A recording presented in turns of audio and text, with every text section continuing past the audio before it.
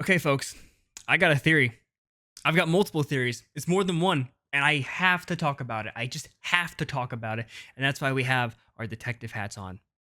Welcome to Nighthawk Media. I'm Ian Allen. With Avengers Doomsday wrapping production and new photos of what our heroes and villains will be wearing in the movie, I want to share my own theories of what I think will happen in Avengers Doomsday. So far, we've learned that there are going to be 6 teams in this movie. Sam Wilson's team of Avengers, the New Avengers, the Fantastic Four, the X-Men, Loki's team, and Doctor Doom's team. A recent image from the hair and makeup department has shown a small glimpse into what our heroes will look like. We see that a majority of the characters shown so far have similar suits like Sam Wilson, Scott Lang, Shuri, the New Avengers, Loki, and even Shang-Chi. We do get to see short hair Thor again, rocking some nice sick gold-plated armor. We get to see a small look into Namor's black suit, the Fantastic Four are rocking some kind of cool white jackets, and the X-Men finally are getting comic-accurate suits, which is what I have been waiting for so long, along with an actual look at RDJ's Doctor Doom suit, which I am loving very much, and I'm glad they didn't make a Doctor Doom Iron Man hybrid suit. Now, Doctor Doom's suit was actually kind of revealed to us I believe a week or two ago at a Disney presentation in Shanghai where they showed Doctor Doom's suit at their light show event. Now, recently Avengers Doomsday has wrapped filming and now gives the editors 14 months to work on this film. Does this mean there will be reshoots? Absolutely. This means there will be reshoots, but not because the movie is bad. It's probably due to a certain scene not having the right tone, or it just doesn't fit right and they want to get another take. And what you're probably going to be hearing in the next couple of months, probably sometime in early 2026, oh, they're doing reshoots. The movie sucks. They've made it woke. They wasted so much money on a piece of garbage.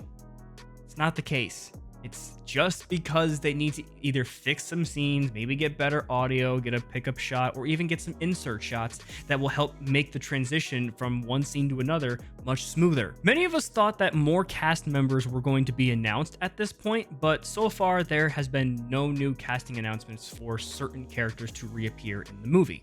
This might mean that Marvel announced the cast that they are currently allowed to work with, and we'll probably have another casting announcement maybe later this year. I'm still holding out hope for that. This movie was originally set to release on May 1st of 2026 and was pushed back to December 18th of 2026 to help with reshoots, editing, and scheduling. My production theory is that we will get a few months of a break. There will be no new filming, probably just focusing on editing and maybe getting a teaser made. But then in March of next year, we could potentially see filming start back up again after a new cast announcement of characters that are going to be in Doomsday that will consist of filming with those actors for scenes for Doomsday while also getting more shots and scenes for Secret Wars. Now, what do we actually know about Doctor Doom? I want to say we currently know about 3 things so far. Number 1, Doctor Doom is from the Fantastic Four's 828 universe. He looks like Tony Stark. He already has a history with the Fantastic Four. So that might be very little information, but it's still something to base our theories around because we know he has a plan that involves Franklin Richards. My first theory is that Doctor Doom will take Franklin Richards to the 616 timeline and use his powers to revive Wanda Maximoff, the Scarlet Witch, a being that can warp reality to her liking on a very vast scale.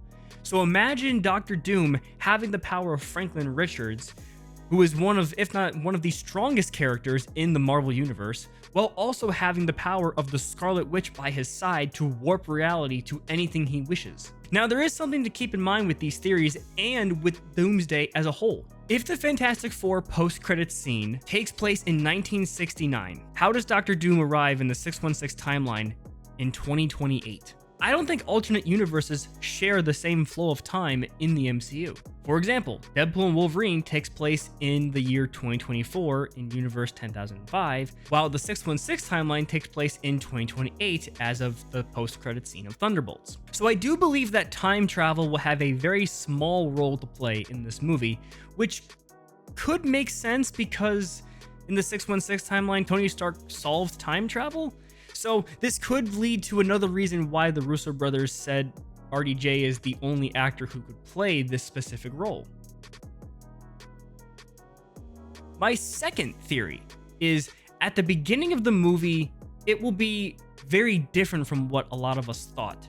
Many fellow theorists like myself have thought that the entire movie will be the Avengers and X-Men and Fantastic Four team teaming up with each other to take down Doctor Doom and stopping him from reaching Loki and taking the throne.